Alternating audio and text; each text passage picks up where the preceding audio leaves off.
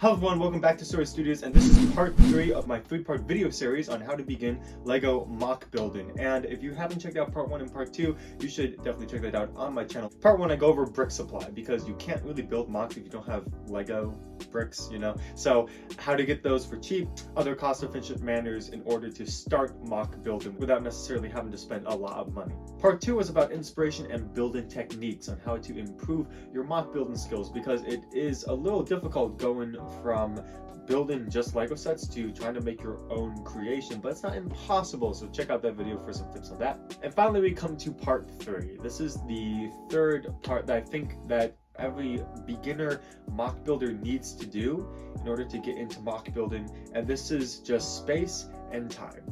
Before we get into space and time, please make sure to like, comment, and subscribe to Story Studios for more LEGO content and advice, tips, and all that stuff here on the channel.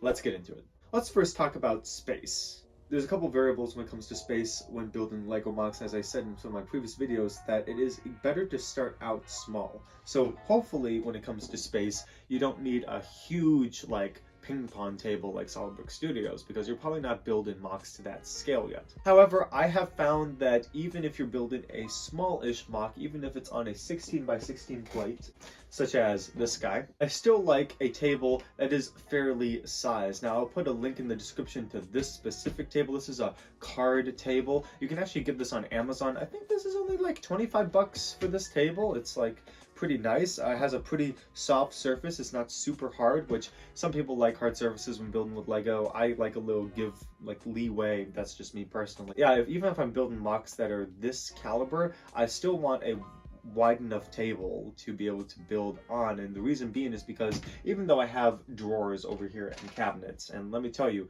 when it comes to building MOCs, the more organized you are, just the better it will go, because the quicker you'll be able to find pieces. Also, you'll be able to know, do you have enough pieces? I don't need to be searching for a piece that doesn't exist. I know for certain that in this drawer holds the amount of 1x8 LEGO plates in tan.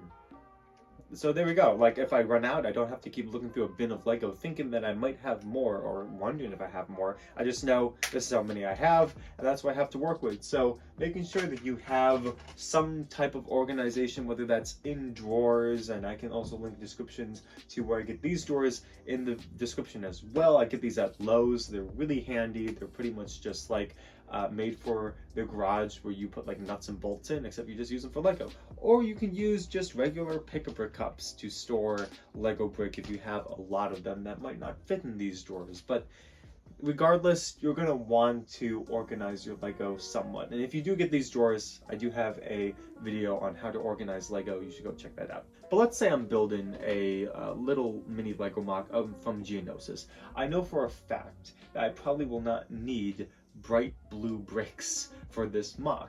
And so what I like to do when I'm building on my table is to take all of the color palettes that I'm planning on using. So this is any sand brown color. I'll probably start with that because it's Geonosis. I'll get all those drawers out and I'll put them on the table in front of me, so I don't have to keep looking at my drawers and finding stuff. Now I'll probably have to do that anyway, but this just alleviates most of that. So I'll put all of the bricks that I think I'll be using in front of me, and then I just have my clean palette, clean slate, and that's really it. You just need a table big enough to do that. Now, if you're looking for a MOC that is going to be a little bit bigger than this, maybe a modular building, maybe a MOC that's going to require a couple 64 by 64 gray base plates, then you're going to need obviously bigger space. And I think a good ratio, the size of your MOC, you should have a surface that is at least, I'd say, ×6 of that MOC size in order for you to have a comfortable workspace environment. I think if you could get the bigger the better, but I think you need something that's at least so if you have a 64 by 64 base plate MOC, you should have a table that's ×6 as big as that MOC will be, just because it's going to get cluttered and hectic. If you don't mind that, you don't really need that. But for me personally, I have a lot of drawers out when I'm building MOCs. I have stuff everywhere, and if it starts to get too cluttered, I start to get a little confused and a little disorganized. So just for my sake, I like to have sort of that ratio happening. Also, just like, you know, you should have a room or like a section of your room that is dedicated for Lego building. It's just like a nice corner to be in. It's like, okay, this is where I do my Lego stuff, and then elsewhere, that's where I do my other stuff, whether it's homework, whether it's career, whether it's family, whether it's whatever. Like, this is a space, and this is for Lego, and there we go. Now let's talk about time. It is really easy to get super excited about building the MOC, and then start it, and then kind of never finish, because, I mean, let's be honest, this generation, we have low attention spans, so it's really hard to get ourselves to remain motivated and to have energy and to pour that into a project and to do that for, like, let's say this is going to take me 5 months of building. It's really hard to do that. So there's a couple ways that you can go around time. One of the things I think is the most helpful is to schedule time in your day or weekly, whatever, bi-weekly, whatever it is, but make it consistent. Like, if I'm gonna build every Friday and Saturday at 12 o'clock to 3 o'clock, that's my time to Lego build, and that's what I'm gonna do. There's a story about this famous musician. I don't remember who it was. It's like fairly recent, like 50 years. It was some big, I don't know if it was like a guy from the Beatles. There's a big name musician. He'd write music, and he'd go to the, you know, like the office, and he would like record stuff, and, you know, whatever musicians do, you know. And there was this one day where he and this, I think his producer, were like on a really big roll. Like, they were writing this song, it was coming really fast, like they were doing chords and all this stuff, and figure out the lyrics. It was just coming really easily. And then 5 o'clock hit, which was the end of the workday, and he was like, okay, like 5 o'clock hit right on the dot, and he said, that's it, going home. And the producer was like, what are you doing? We're on a roll here. We could probably finish this song if you just stayed like 1 more hour. And the musician looked at him and he said, 9 to 5 is when I work and when I do music, but 5 to 9 is family time. And I think that there is such thing as excessive burnout, even when you're feeling extra motivated to do something. And I know this, trust me, this is from personal experience too, that if you're on a roll with a MOC and you're like, wow, I feel like I could just keep going for like 3 more hours. I feel like you could argue that, sure, just go for 3 more hours if you feel like you can go for 3 more hours. I think there's wisdom in also saying, nope, I set aside 3 hours to build Lego today. I did not set aside 6. I'm gonna stop now. Even though I feel like I could keep going, I'm just gonna pick this up tomorrow, and it'll be fine. And just like understanding that I have set this time aside, but now it's time to do something else. Even though I don't feel like it's time to do something else, that's the rigid schedule I've committed to, and thus I'm gonna stick to it. And I think there's, I think the wisdom lies in that if you get your body into a regime, into a schedule, because there are gonna be days where it hits 12 o'clock maybe you've planned to build from 12 to 3, but you don't feel like building from 12 to 3. And you're like, okay, well, I guess I'm just not gonna build from 12 to 3. On those days, you're losing time. And if you get yourself into a healthy schedule that is consistent, those days are going to slowly dwindle. They're going to go away, the days where you don't feel like it. And if you don't feel like it, you're going to be like, no, I told myself I'd build from 12 to 3, I'm going to build from 12 to 3. And if you keep it consistent, you're going to teach your body, sort of like train it in a way, to be ready to build Lego for 3 hours from 12 to 3 on every Friday. And it's always going to be then, it's always going to be, and there you go. So to keep a consistent schedule, I think is really good. To plan it around like friends, like if you have friends that are far away, you can decide to FaceTime them during that time slot and build Lego as they build Lego, whatever they're doing. Or maybe they're not building Lego, but you're just like, this is my time to build Lego and hang out with this person. Or if they're in the neighborhood, just like invite them over and do that.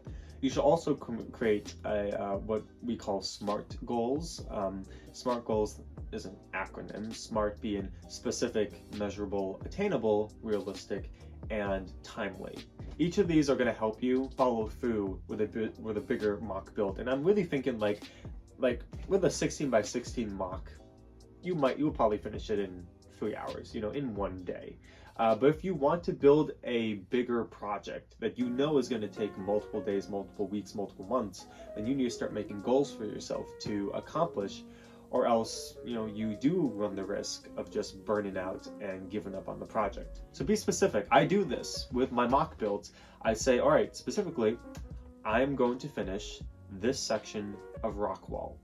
Measurable. It's going to be from this stud to this stud. This is the section that I want to finish, and it's going to be this high when I'm done, and I'm going to be able to fit it in to this section. So measurable, attainable. The more and more you mock build, the more you will figure out what is and what isn't attainable. Like, it wouldn't be attainable if I said in this 3-hour time I'm going to finish this mock and I've started nothing and I want it to be 6 base plates long. That's not attainable. But the more you build, it's like 3 hours. Okay, I can finish this rock wall in 3 hours. I know I can. That's attainable. Realistic is sort of along the lines of attainable. Attainable is like something that you are capable of, but it's, challenging. You want to challenge yourself. You want to push yourself. That's how you grow. Realistic is like, let's level with, let's just be real here.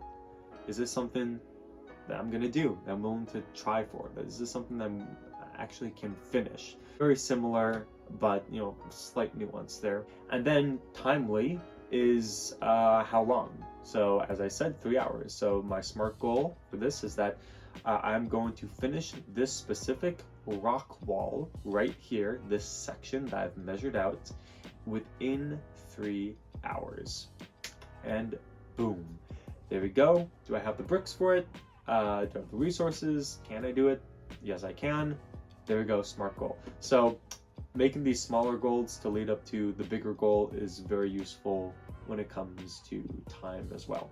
That's part 3 of how to begin mock building. Thank you everyone for watching this video, and please like, comment, subscribe as I said before. And if you haven't seen part 1 and part 2, please go watch those. Let me know if you want to see more of these types of videos of advice and all that stuff, and comment down below what you'd like to see or whatnot. So have you all a fantastic day. I'll see you on the next video. Peace out. Hey everyone, if you liked that video, then please go check out this video, 101 ways to use a brick separator. Me and my friends last summer made this video, and let's be honest, I mean, this is a pretty silly video. This is comedic effect, but we found some pretty clever and fascinating ways to use a brick separator. Hope you all enjoyed that, and please, once again, give a like and subscribe to the channel if you're new here. Join the Discord, click the bell notification if it's not on, and I'll see you all next time.